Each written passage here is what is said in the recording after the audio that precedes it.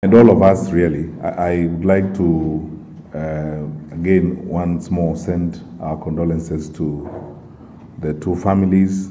I know that in the course of the year also, we lost a number of our senior police officers. Just about a week ago, or 2 weeks ago, the Inspector General and I visited the family of Chief Inspector Kinyua in Madira, whom we also lost. I thank the RC Central for making that arrangement and the Regional Police Commander. And we lost several of our officers and our colleagues, some of them in the line of duty. We condole with their families. We remember them. They're very much part of us. But most importantly, we continue to pray for them and uphold the principle that one way of honoring them is by continuing to do our work diligently and by continuing to work well in support of our country and to continue the commitment they had in the service of our nation. That said, we would also like to support them, and I'll talk a little more about that later. So let me start by saying this. Why do we actually have this meeting? Because there are quite a number of people who are joining us here today. This meeting basically was born slightly over a year ago when His Excellency the President directed that because we have so many agencies in the sector, we need to develop a multi-agency culture where we collaborate much more effectively and seamlessly in order to exchange information, share the resources at our disposal, and provide security to our country. That is how this annual security review and planning conference came into being. Then, when His Excellency the President directed that we do that last year, we began the first one last year. And then this is the second one we are doing. And as PS Kibicho says, we are going to keep this as a tradition because His Excellency the President, as Commander-in-Chief of the Kenya Defense Forces and our Head of State, sets out targets for us and things he would like us to do. And then we meet to review the year. We need to look at how we have worked in the course of the year and the things and areas that we need to focus on in the following year. So as we meet here, for those colleagues who are joining us for the first time or who are coming to this National Annual Security Review and Planning Conference, please spend a lot of time interacting with colleagues because this is an opportunity for us to exchange information and ideas, to meet with colleagues, plan together, and agree on some of the things we need to do together. Of course, when our colleagues from the fourth estate are out of the room, we will have our own very detailed and deep conversations on some of the things we need to do in the security sector. And last year's meeting was a huge eye-opener because we learned a lot in the process. Then this year is a much more improved and organized meeting because one of the conclusions of last year's meeting is that we needed to be much more inclusive and get the others who are not in the room that time to be in the room. And now the entirety of our security sector, internal security sector framework is here. All the agencies are in the room. And we would like to plan this way and work this way as we go forward together. What follows after this is that after we've had the meeting and we're going to outline our plan of action for the year and the things we are going to focus on, we now begin working within our regional frameworks and working with our field teams. Because immediately after this, I'm going to ask my colleagues from the headquarters that we will split into 2 or 3 teams and we will visit every one of our 47 counties a minimum of twice in the course of the year and work with the teams at the county level, so that we deal with some of the challenges and some of the problems that we have to face. Because unless and until we go to the field and work with our colleagues in the field, we may never know some of the challenges that our colleagues face in the field and try to resolve them as it were. It is through those field visits from headquarters and interactions with the field that we will draw the attention of other agencies in government to resolve the problems that some of our colleagues are dealing with in the field. Because again, this is in line with the President's one government approach, that we can function better when we work as one government. When we get an opportunity, we compare notes and work together as one government. So I'm really grateful that, we are all in the room. I think we're here now. I would say, if you may indulge me, that the whole family is now together. Our family in the internal security infrastructure is now together. We are all here, and we need now to take this opportunity to interact and to compare notes as we go along. I will try to summarize my remarks. I have a long document, but I will summarize my remarks, and I'll be very brief, and we'll be done in a few minutes. The first point I want to make is to thank all of you in the room. I know that many of our citizens sometimes do not even have a clue about what you people go through. But let me tell you, first as a citizen of this country, even before I speak to you as your minister, as a citizen of this country, I am so grateful and I thank the Lord for the men and women in this room. Thank you so much for your commitment. Thank you so much for your service to our country. Each one of you. I've been in the ministry now for slightly over 2 years. I have had the opportunity, by the grace of God, to interact with over nearly 2/3 of you in your various places of work. We have met before. About half of the county commissioners in the room, we talk all the time. All the regional commissioners here, we talk all the time.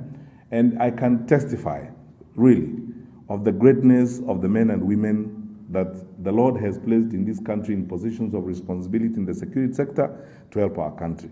I mean, we are really grateful. And on behalf of my colleagues from the headquarters and on behalf of my fellow citizens, thank you to you good people. Thank you. Because our country is secure and safe because of the work you do. Let me give you an example. I have been talking to John Elungata, our regional commissioner in Coast, and Rashid, our police commander in the Coast. When we saw the bookings, for example, in December, of the numbers of Kenyans who are coming down the coast, I mean, it's amazing what our people go through and the amount of work that went into ensuring that this place is quiet and safe and Kenyans go through the festive season without a problem.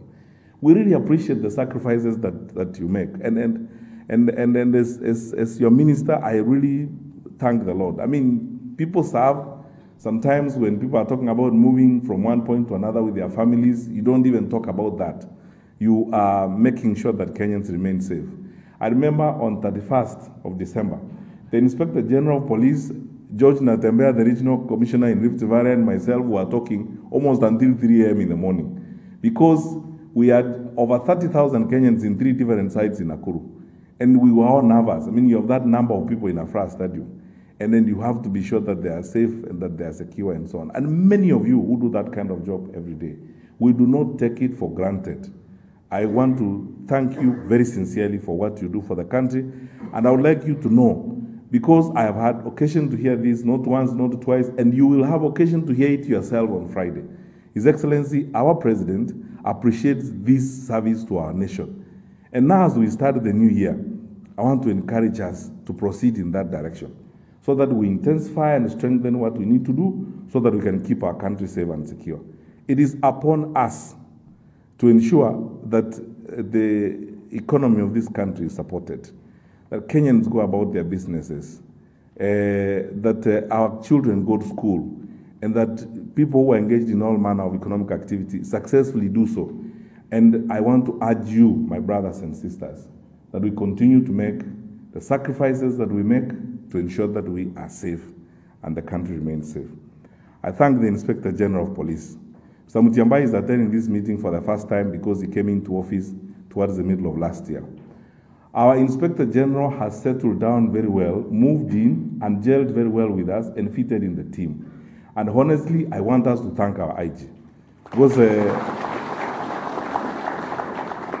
and the police commanders in the room, many of you who have been in the service for a while, you can feel a change and you can feel a new development in the relationship.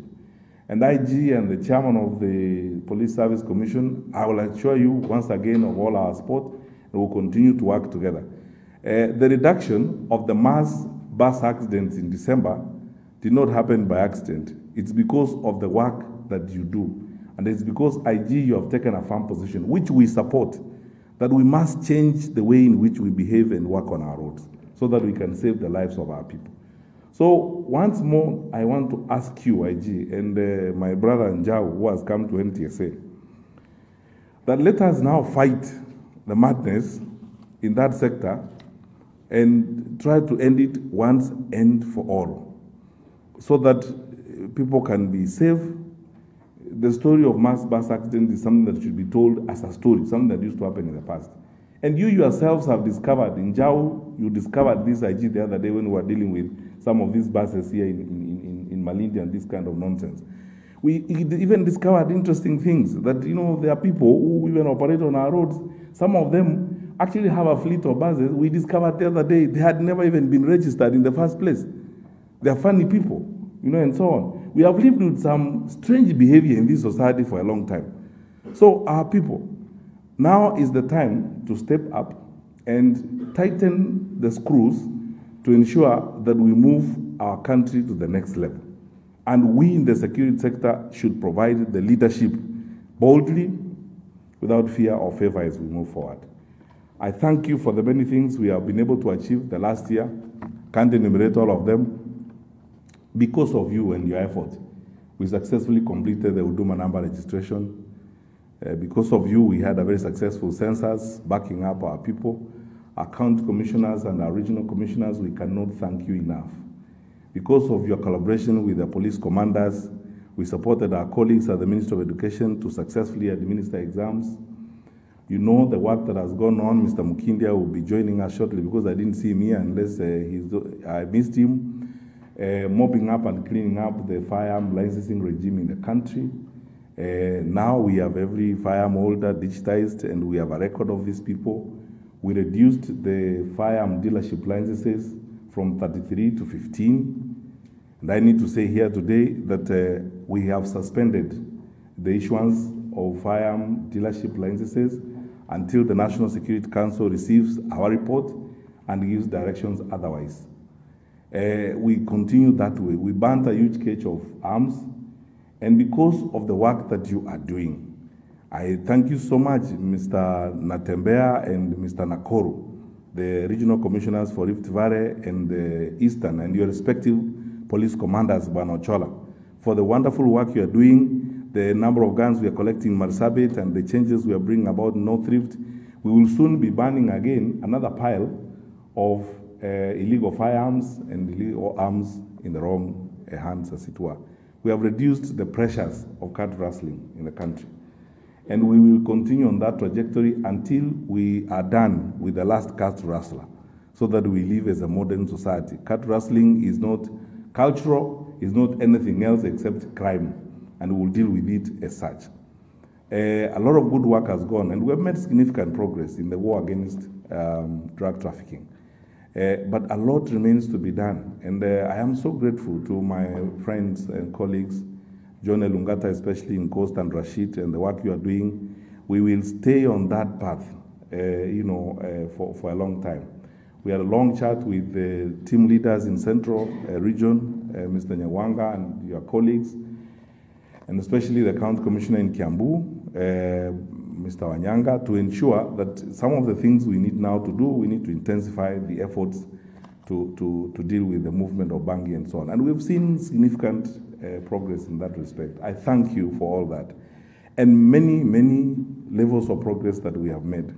We have addressed some of the pains in the civil registration sector. We had to step in, and I'll talk a little bit about it later, because the public was complaining a lot about that. We have addressed significantly our challenges in the issuance of passports in the country by opening new offices across the country, and therefore reduced the pressure on the State Department of Immigration and what our colleagues have got to go through. But this year, we must move to the next level, even in the provision of those services as we go forward. So, my colleagues, once again, I thank you for what we have been able to achieve in the past year. And it is not small, it's a lot. The efforts that you have made and the sacrifices that have gone into this to ensure that we achieve what we have achieved, we thank you. But we have more work to be done. Remember, on this day, Mr. Kanja, our commandant of GSU, you stood up and gave Kenya the best of examples in police service. as our GSU commandant and led a team at Dusi 2 that dealt with an attack that we were dealing with that day. It is through such gallant leadership, sacrifice and commitment that Kenyans feel safe, and that's what the country looks up to. And now, once again, another year is here, and we have a number of things that we need to do. So I will circulate this document later on, but I'll go through this. And I'm saying for this year, 20, on what we are going to focus. On these 10 areas, we are going to commit ourselves beyond sacrifice, because we must improve and do better in areas where we need to improve. Our plan number one, or intention number one, and you know, His Excellency the President said yesterday, this is the year of implementation and delivery. 2020 is the year of implementation and delivery. We've planned, we've told the stories we needed to tell. This is the year when those things we were talking about will happen. And they have to happen. And we have to focus on these 10 things that we need to work on. Number one is our war against terrorism. We must decimate terrorism as we know it, and we must now take our war against terrorism to the next level. We must make it painful. We've made significant progress because of the challenges we have in our neighborhood. You know, recently the incidents we have been having, especially in Wajir, Mandera, Lamu, along the border. We're going to invest more resources. And my colleague, the PS, can confirm to you that His Excellency the President has authorized additional resources targeted at strengthening our capacity and capability to deal with this. But the aim and the target is that we have to deal this a decisive and final blow. The challenge we face, which I have to speak to very candidly, and my brother, the new Regional Commissioner for Northeastern, this is the issue for you to deal with. The level of collaboration, cooperation, and at times collusion by local communities and my colleagues in Coast with terror gangs and terror groups. What we are going to do, we'll invest resources in this. And let me be very clear on this matter. We will clean up. And when we are doing this, we will not distinguish between the terrorists and those who harbor them. Because those who give sanctuary to terrorists, whether they are citizens of our country or wherever they are equally criminals. And we will deal with them as such, without regard to anything. And we will not be intimidated by any form of pressure, political or otherwise. Because it is not right for citizens of our country to give sanctuary or to try to give accommodation to terror gangs and terror groups, whatever the reason, whatever the excuse. So our focus then will be, and this is what I'm asking particularly my colleagues, all of you who are here, that through our structure of security, we now must ask our administrative structures down below, the chiefs and the assistant chiefs, they must step up and measure up. And these people in the villages where they come and live, they must tell us which are these families and which are these groups that keep these people. And when that time comes, I need to repeat this. We will not distinguish between the terrorists and those who keep them. Let's face up and deal with this issue once and for all. Because for us as a country, that's the only challenge we face. We are able, we have built capacity, and my brothers who are here, the Inspector General, the GSU Commandant, and the others, the Deputy Inspectors General, can testify that in terms of forecast and preparedness, we are doing well. Where we face the challenge is that aspect of collusion and collaboration with local communities. So we go for them.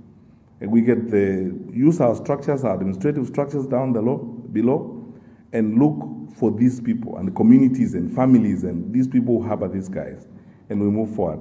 Secondly, in this 10-point plan, we will move forward our police reforms. We have reached a critical level.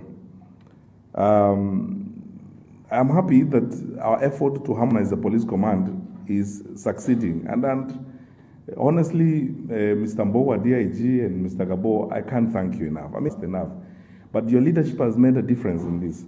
Now is the time to move forward and focus on capacity building, equipment modernization, and ensuring that we automate police services. Thank you, IG, for the digital OB. And we want to make sure that our colleagues at the police service deal with, police records and police human resource management systems in a much more modern way.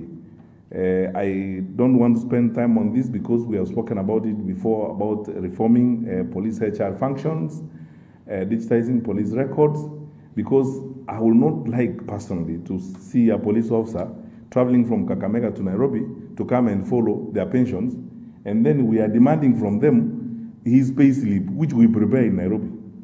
And the reason why we can't do, we prepare the pay slips, then we want those people in the field to walk to Nairobi and bring the pay slips with us. I mean, let's reason differently, honestly, on this matter. And we have to change, and then this has to reform. We've had conversations with so that by 1st of July, we are talking about a transformed way of managing HR functions of the police. We don't want our officers to be demoralized by small things. We don't want our officers to be frustrated by administrative things. We want them to spend all their time looking after our Wananchi, not worrying about, whether or not, my pension is organized and so on and so forth. And we had a long conversation, IG and Chair, about looking after the families, particularly the widows, very heavily now supported by well-wishers. Let's go forward. And finally, honestly, Chairs, we agreed by 30th of March this year, I would like us to sort out this business of insurance and the cover for the police. I mean, we can't afford to live otherwise. We have to sort out, and as I insisted, where we have service providers who do not deliver, I have no problem. And then we will talk to the Attorney General, let's cancel them and move on, because there are other Kenyans who can provide those services, as it were.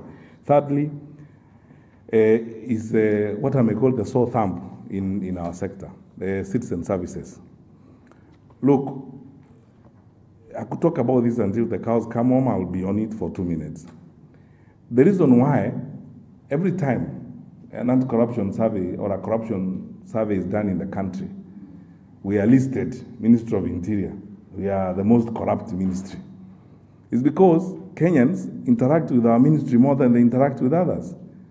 From the time they are born to the time they die. We give them birth certificates, we give them death certificates. We give them birth certificates, we give them IDs, we give them passports. It's all our responsibility. So why is it that we cannot improve our services so that we avoid the frustrations that Kenyans face in our offices and suffer the way they do, so that they complain about us and say, we are asking for bribes and we are asking for 1,000 shillings and 2,000 shillings to support processing travel documents. So this is the way I think we are going to go. This must come to an end. And the directors are here. All of you understand this. I will never understand for the life of me, and Kenyans will not. When we have collected data through Huduma number, we have IPRS, most of our services are now digitized. Why on earth should it take a Kenyan 7 days to get a birth certificate? Other than just corruption. Because people want to come tomorrow, come the other day, so that you can buy lunch and you can be frustrated. The day we went to the headquarters the other day with PS Kibicho, it was, and for you colleagues, let me tell you this, it's painful. I met a woman who had a sick child in hospital. She needed an NHIF card, and to get an NHIF card, she needs a birth certificate. And picture this, the child is admitted in hospital. She doesn't have a birth certificate, so she can't get the NHIF card. She has come to that place, what is it called? Bishop Garden. And the officers there are telling her, come tomorrow, come next week, to get her birth certificate. In the meantime, the officer has colluded with watchmen who sit somewhere outside the building, that they will take 2,500 for him, so that then he can process this birth certificate. We go to the headquarters of that office and discover they are telling us, oh, we cannot print the birth certificates, there is a backlog. We ask why. And we check with our colleagues from the Ministry of ICT. The machine is working, the birth certificates are there. The reason why they cannot print them is because of what you and I know. We will not subject citizens of this country to that behavior. So we arrested 13 of them, and Janet, I hope they will never come back to the public service. And we will continue that tradition as we go forward. There is no way. So here is our target this year. By 1st of July this year, issuance of our documents and everything should be a same-day service, unless you are applying from outside Nairobi, like when you apply for passports from outside Nairobi, or when you apply for IDs from outside Nairobi. Those services that we are supposed to give, like birth certificates which you can give here in Mombasa, why can someone walk to the office here in Mombasa in the morning and get their birth certificate and go home? Why? Why can't they do that? And the problem is, in some cases, good people, we have to supervise this work. And so, Kimozo, I want you to stand up. Janet, stand up. Muteshi, tell your officers this in the field. Because this is, I will hold you personally responsible. Tell your officers in the field. The county commissioners are their bosses. They report to county commissioners. The county commissioners are their bosses. That arrogance and idiocy should come to an end of saying, oh, you know me, I'm not in. They report to county commissioners. The county commissioners are the supervisors of the services we offer in the field. And in places where we go and find officers from your departments are lazy and they're taking bribes, we hold the county commissioner responsible. They must report the county commissioners. That is what we must hold. Because we are frustrating people daily. I called in Canada this morning, the county commissioner Kajiado. I sent you some message about some women who are frustrated in Kajiado getting birth certificates because they have been asked to bribe. And yet, why can't people go to the office in Kajiado and get birth certificates the same day? So this thing must come to an end, and you have got to go to the field. So I'm asking our peers, number one, within the next 2 weeks, we come up with a helpline. The helpline, we'll give it to the public, and the public will call us when they're having a problem and frustration with your officers. And we will give that information to the respective county commissioners through the regional commissioners so that they take action even in the field. And regional commissioners and county commissioners who are here and the police commanders, I will not be sad if you arrested these people where you find them, Natembea. If there are any asking for bribes, stressing wananchi, arrest them to wapeleke kotini. We cannot make our people, Kenyans, slaves in their country. We have been given a responsibility to serve them, not to enslave them. We cannot make Kenyans slaves in their country, that they have to pay our officers to get a service. It will not happen. This year, we can't experience the same reputation we have had about citizen services. As soon as the report comes out, the directors who are here, if your department is mentioned, you will leave the same day the report arrives. Tukubaliane, we have a job to do. Because I don't understand, Muteshi, there are people in your house, you know them, they work for you, who tell people about come tomorrow, come the other day. The PS is even in the process of buying you a new printer. What is the problem? Why can't people come to your house, file documents in the morning and get their passport in the afternoon?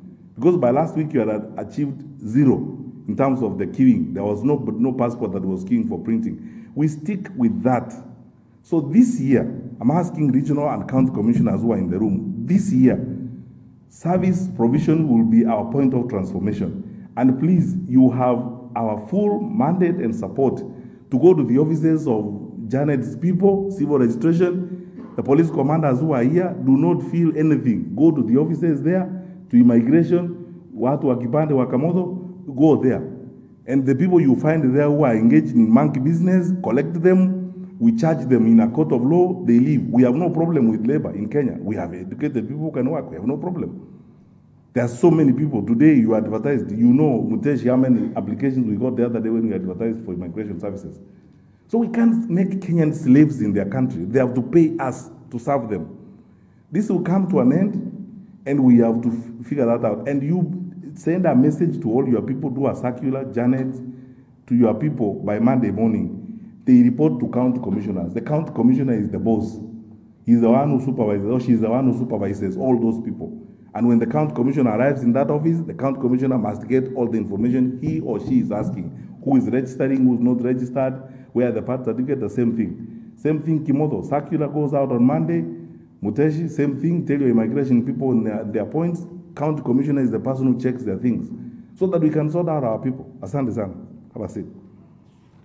Fourthly, the achievement of full automation of citizen services. We're working on this, and we would like to complete this automation. The resistance that we have seen in certain departments, resistance we have seen in certain departments. Let's agree like this. You know, we are the people in security and administration who must be orderly and who must obey the law and order. When we have been given instructions, our president runs this country, is the head of state. I do what the president wants done because he's the head of state. This is his government. Our president has expressed himself firmly on digitization and automation of citizen services. So I don't understand, and I will never understand anything about resisting, saying new things. So Njau, by 1st of July, we cease doing manual issuance of driving licenses by 1st of July to Nafunga.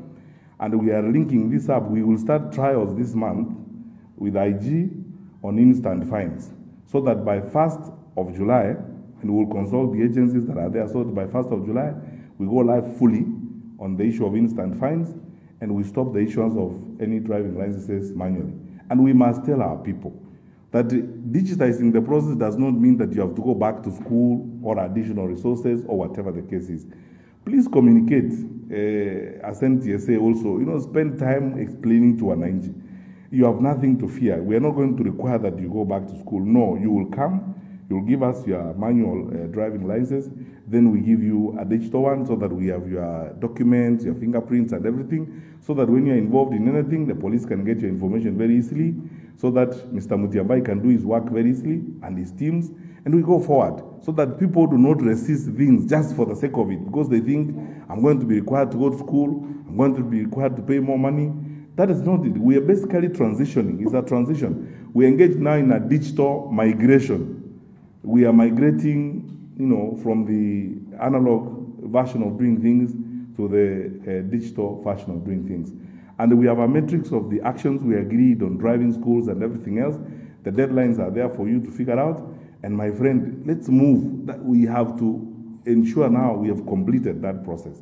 Now, to see us, there is no room for discussion on this matter. We have agreed that's the way we are going, we are going. The ones who don't want to do it are also free to go and work where they can do that. But for us, that's the way we are going. And then you have to socialize yourself to understand that. And because of these challenges we have had,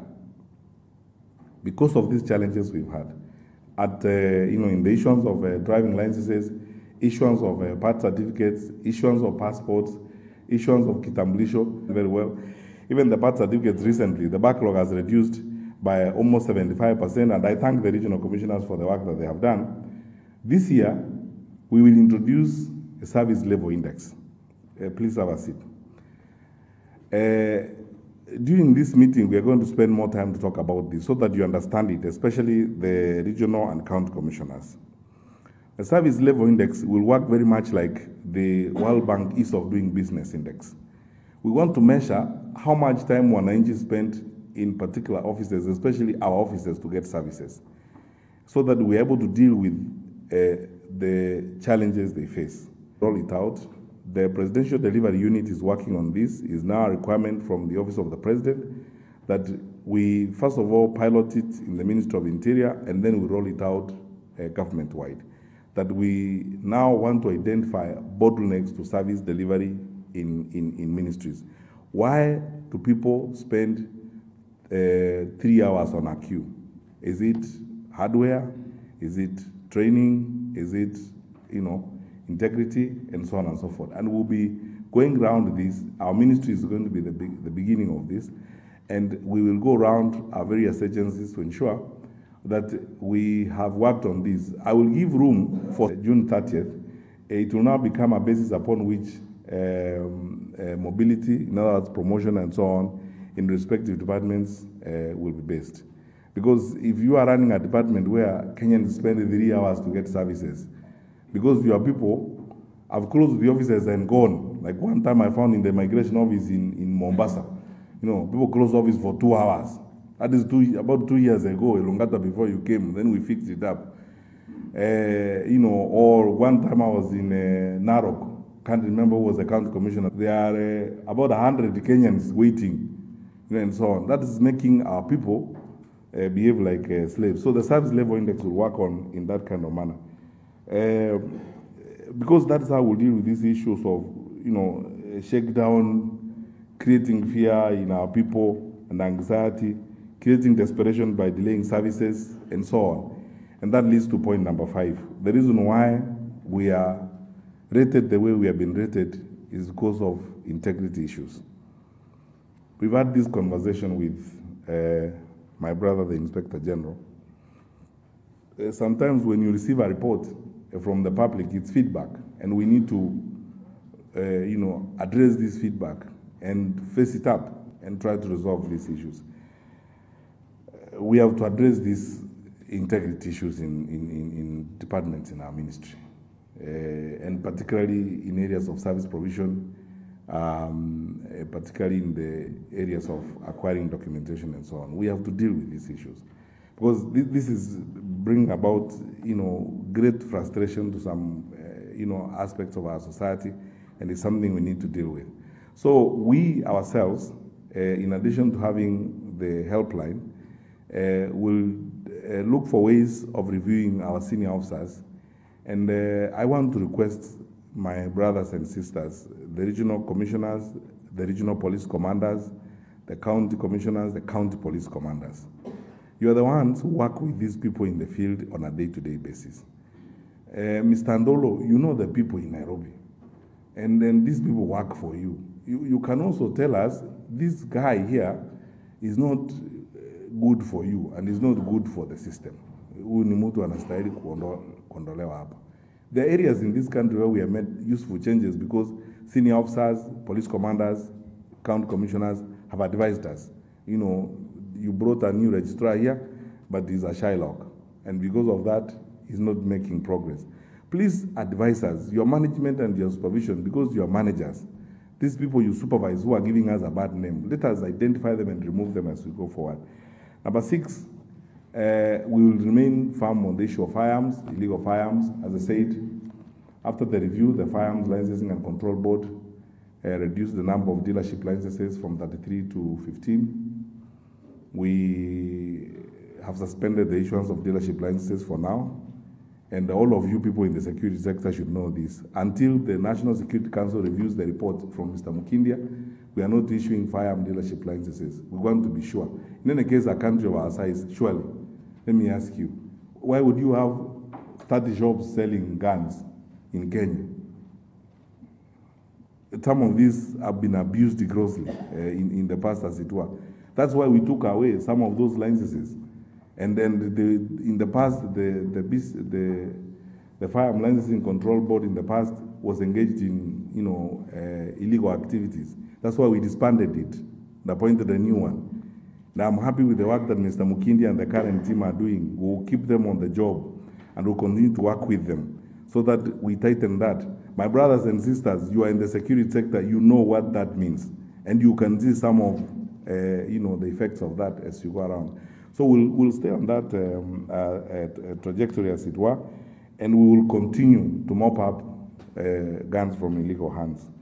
Number 7, we will intensify the war against drugs and organized crime, especially white-collar crime. I want to thank DCI for what he has been able to do and the results that we have seen. We will step up our effort this year in this case. Some of these organized crimes and organized crime cartels are a problem. Rashid, we can't thank you enough for the job that you and the Lungata and the Mombasa team, Mr. Kitio, how you have mopped out pangas from Kisauni and all these good people. Let's stay on that trajectory. And this is the way we are going to go until the end of the year. Number 8, we have particular challenges, and I'm going to shortly give an example of Kiambu. And challenges are these: because of the, the numbers of our young people and universities and tertiary institutions in the country, we are beginning to experience unique problems. Across the country, many of you have university communities. If you are in Nakuru, you are dealing with Egerton, you are dealing with Kabarak, and so on. Now, you have noticed clearly that we have certain challenges. Small, illegal businesses mushrooming around universities where drugs are sold to university students. Crime happens around those places. And then, there is an emergence of a phenomenon in the country we call university towns. Many towns, Juja for example, are essentially university towns. They've become big because there's a huge population of university students who live there, rent houses, and so on. That is not unique to Kenya. I mean, everywhere in the world, if you go to Oxford, the town essentially is because of Oxford University. And if you go to Manchester, the university is a big reason and a big part of the city, as it were. We have to face up. When there was a challenge at JKUAT the other day, and there was a challenge at Kibabi, it drew the attention of the president, and we began having conversations on what we are going to do. So, as one of our new assignments this year, we are coming up with, and Professor Magoha will be here tomorrow to talk more about some of these challenges. We are beginning to create university communities on Wanyanga, our county commissioner in Kiambu, for a fantastic job that he's done with that. And as I told him in Juja, we are going to use that as an example of what we are doing. He's already put together, a very strong committee. And the workings of university community security committees is that every university within the community it finds itself, or every big polytechnic, will create a committee that involves the leadership of the university and the leadership of the communities, the business, the religious leaders, and the local leadership. And we're asking that in most of these they be chaired by our DCCs. But the Kiambu one, the Jucha one, we've asked Mr. Wanyanga to chair it as a way of starting it off, so that broad discussions about standards, about movements, services, and so on take place, at that particular time. And we'll describe this some more, but it's a new aspect of our work to try and address challenges related to where most of our young people stay. I have a case right now, yesterday I received a report of, parents who are anguished, who lost a child at JKUAT, and another who lost a child at Kenyatta University. And you see, parents are just called from home, your son or daughter has been found dead, or whatever the case may be. And then investigation becomes a problem. So to be able to deal with this issue, we want to have a much more structured coordination framework with higher education institutions. That's why we now want to start on this phenomenon of university community security committees, where we put together universities or the big tertiary institutions together with committees, create security committees chaired by the DCCs. Then we'll begin working on a range of things that will address some of these challenges as we go along. And then we'll bring in government agencies that need to be involved as we go along to solve this. Number 9, we will continue our reforms in the transport sector, and I've outlined some of these in NTSA, including the issuance of the driving licenses, and linking this up with the instant fines. We will begin the trials immediately because we are ready. The PS tells me the system is ready. And once we do the trial for about 6 months, then we launch it formally. And so that's why we're giving ourselves sufficient time to do these trials to move forward. However, I insist, Mr. Njau, everyone who runs a bus company or these people must be registered. Now is the time for us to end all those jokes. We have to work in a structured manner and help enhance security amongst us as we go forward. And then also begin to socialize and spare some of these resources to educate these people and work with them. Let us not ambush anybody or flash or push people in a particular direction. We have discovered in the last 1 year or so that we gain a lot through conversations and engagement as we go along, and we will do this. Lastly, the exercise we have been doing, which has come to an end of reviewing the Ngao curriculum, is done. I hope that this year we will launch a new National Government Administration curriculum and training format. The challenge we face, which many of you know, is that we are losing a lot of our experienced officers who are retiring. And this. The bit about it is that most of you guys, especially the Ngao people in the room, are very experienced people. Mr. Njega, you understand this thing. To raise somebody from an ACC to become a regional commissioner is a job. We have to train, we have to keep training and preparing people so that, at all times we have people. A lot of people, I meet people around who say they're very happy. In fact, to be very honest with you, the other day I met the US ambassador And he told me that he has been moving around the country and he is thoroughly impressed by the county commissioners. He says there are people I meet in the counties called county commissioners. Those are wonderful people. They already know what needs to be done. They're very disciplined. The police officers I meet in the county, they tell you, they give you all the facts, even about crime and so on. So we want to keep that tradition as we go along. And to do so is to get someone from an inspector to get to Mr. Ndolo's level as regional police commander and do a good job, like Mr. Ndolo takes time. So we need now to build a tradition of training and development, as it were. Very finally, we will embark on, a huge level of statutory reforms. We have a huge document. I will not go into it now. We are looking at several laws that govern our sector. A classic example is the Kenya Citizens and Foreign Nationals Management Service Act of 2011.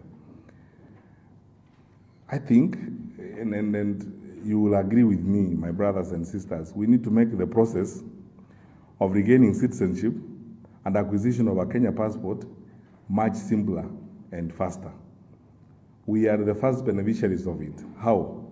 We will save the time. We are engaged in all manner of acrimony on an issue that everyone thinks is common sense. And then when we are not the ones who enacted the law in Parliament, we are given a law, we enact it, we are hammered. We don't enact it, we are hammered. So we are trying to find a way of dealing with this issue of, regaining citizenship and acquiring a Kenyan passport. For Kenyans who lost their citizenship during the era we had, we did not have dual citizenship. For whatever reasons, whether they went to exile, whether they willfully did that, the process needs to be made much simpler. So I have written to the Attorney General on advice of the technical people. Our National Security Advisory Committee, NSAC, will look at our proposal, and upon clearance, for onward movement to Parliament. And there are so many of such statutes that we will look at, especially those that involve citizens. What we do, and I want to ask my colleagues from Harambee House, Kangi, Tuku, Chimwaga, that when we do this, we share particularly with the teams, the senior teams in the field also, because some of our county commissioners, especially who are on the border counties and so on, deal with some of these unique cases. And the regional commissioners, it's good for them to also give us their views on this. So when we are done with the proposals we are going to make, my colleagues, we will send this to the field so that you also give us your views, because you have more practical experience on what you are seeing before we move to the next level.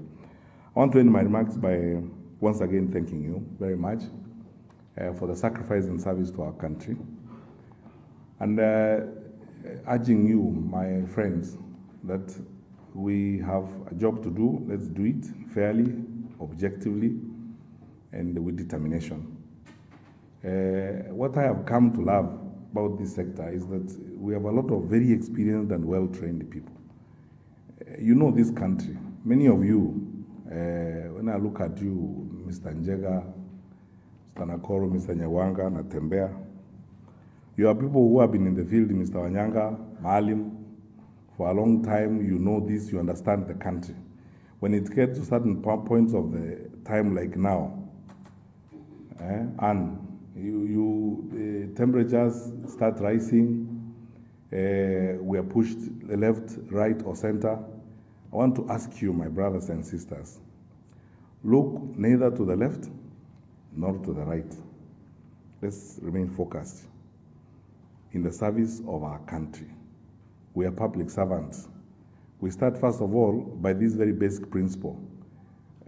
We have been given a privilege to serve. So we respect everyone, whether they are Mama Mboga, whether they are Tout, whether they are anybody, kila mtu, as long as they are Kenyan citizens. We respect them. We deal with them fairly. The leaders we have, when we meet them, from MCAs all the way to members of National Assembly, Senate, governors, we respect them. We work with them. But like the Bible says, love your parents and respect your parents, or obey them in the Lord, which means your parent cannot walk up to you and tell you break the law. That one, I think God has already given you a provision that if your parent tells you to break the law, that one you can disobey because it's not in the Lord. C'est toi. So also for us, what I would tell you, my brothers and sisters, is let's work firmly and objectively and respect everyone according to the law. That is my rider, according to the law. Because if someone comes and says, escort me to go and beat those people, you will tell them, sorry, that's not our job. And on that particular one, I will defend you. I will defend you. You are free to disobey that one. Someone asking you to go and break the law. That's not our job. Our job is to protect the law, to work lawfully. You will be blamed.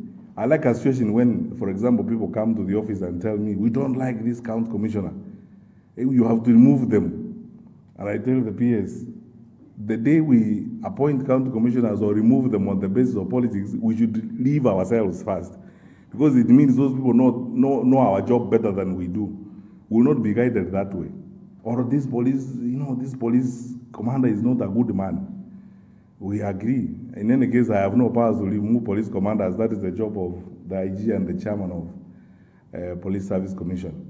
My brothers and sisters, our job in the headquarters is to protect you, and our job is to ensure that we speak for you and we be interlocutors for you with the other levels of government.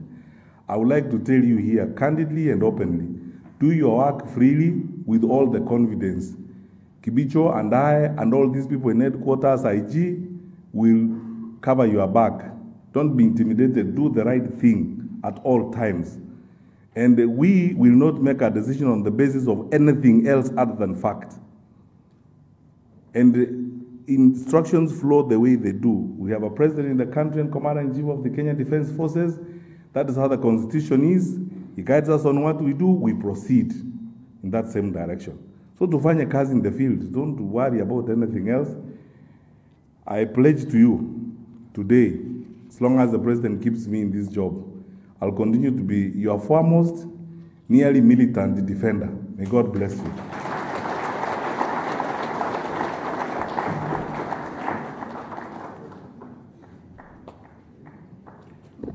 Another clap for